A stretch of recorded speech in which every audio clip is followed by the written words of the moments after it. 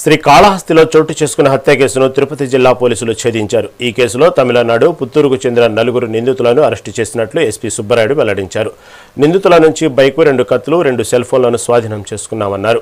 పరారీలో ఉన్న మరో నిందితుడి కోసం గాలిస్తున్నామని చెప్పారు. అరెస్టైన వారిలో ఒకరిపై 25 పాత కేసులు ఉన్నాయన్నారు. నేర చరిత్ర ఉన్న నిందితులపై పీడీ యాక్టు మోపుతామని తెలిపారు. కేసును ఛేదించిన పోలీసులు బృందాలను ఎస్పీ అభినందించారు.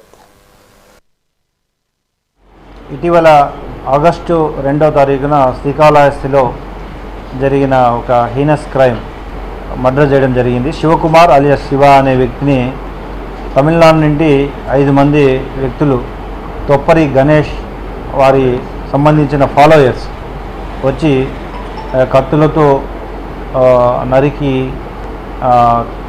చంపడం జరిగింది. ఈ కేసులో పూర్తిగా టెక్నికల్ ఎవిడెన్సెస్ లేకున్నా కానీ ఇమీడియట్గా శ్రీకాళహస్తి అనేది ఒక పిలిగ్రిమ్ సెంటరు. అటువంటి సెంటర్లో ఇలాంటి అఫెన్సెస్ అనేటివి మళ్ళీ జరగకుండా ఉండడానికి కఠిన చర్యలు తీసుకోవడం జరిగింది.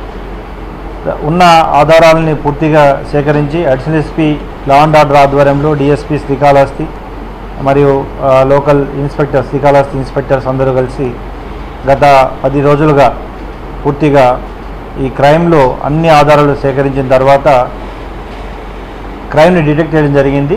అందులో ఇన్వాల్వ్ అయిన 5 మెంబర్స్లో 4 మెంబర్స్ని అరెస్ట్ చేయడం కూడా జరిగింది. క్రైమ్కు వాడిన వెపన్స్ కూడా అండ్ సెల్ ఫోన్స్ కూడా సీజ్ చేయడం జరిగింది. మోటార్ సైకిల్ తర్వాత cell phones.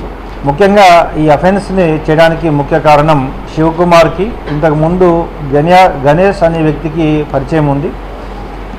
Ganesh having almost 20-25 cases in Tamil Nadu. తను గణేష్కి ఆశ్రయం ఇవ్వడం వలన ఇటీవల కాలంలో మార్చిలో ఇవ్వడం వలన తమిళనాడు పోలీసు వారు వచ్చి గణేష్ని తీసుకెళ్లడం, అక్కడ గణేష్ ఎన్కౌంటర్ చేయడం జరిగింది. ఇటీవల